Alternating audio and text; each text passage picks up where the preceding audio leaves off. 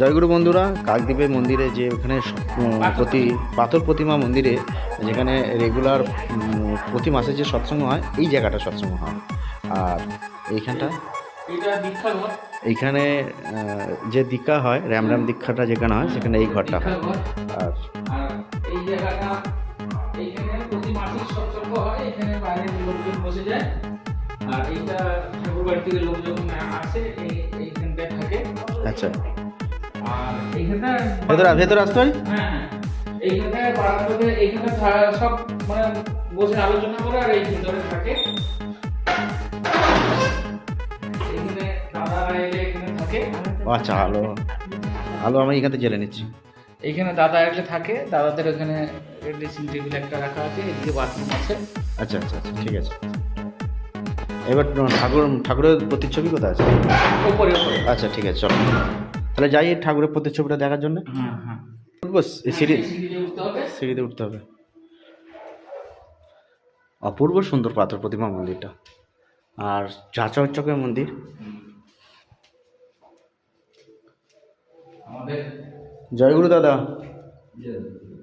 আমাদের পুরোহিত দাদা, ইনি ঠাকুর সেবা করেন, ভোগ দেন ঠাকুরকে। এটা ঠাকুরের রান্নাঘর। এটা ঠাকুর, তাই তো? এখানে ঠাকুর। আগে ঠাকুর প্রণাম করে নিয়ে। এইটা পুরুষোত্তমের যে পাথর প্রতিমা মন্দিরে ঠাকুরের প্রতিচ্ছবি এবং ঠাকুরের সিংহাসন। অপূর্ব সুন্দর এবং নিস্তব্ধ ঠাকুর। এই মাত্র ঠাকুরের পুজো হয়েছে। আর এবার বড় মার দর্শন করাবো। এবারে এখানে যে আমি ক্যামেরাতে দেখানোর চেষ্টা করছি, এটা হচ্ছে পরম জগৎজননী শ্রী বড়মার প্রতিচ্ছবি এবং সিংহাসন। আর কিছুক্ষণের মধ্যেই এই পুজো হয়েছে। তার এবার আমি বর্দার ছবিটা দেখাবার চেষ্টা করি ক্যামেরার মাধ্যমে। এবার আসুন বর্দার ছবিটা দেখাবার চেষ্টা করি। এটা হচ্ছে শ্রী বর্দার প্রতিচ্ছবি। আর কিছুক্ষণ হলো পুজো হয়েছে, তারই আসন পাতা আছে এখন অবধি।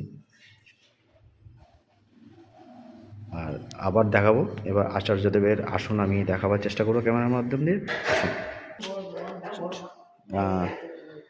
এবার দেখাবো আচার্যদেবের সিংহাসন, দেখাবো প্রতিচ্ছবি। আমি ক্যামেরাটা টেনে নিয়ে আসি, ছবিটা ভালো করছে। আলোটা জ্বেলে দিন তাই। এই কিছুক্ষণ হলো তার পূজা হয়েছে।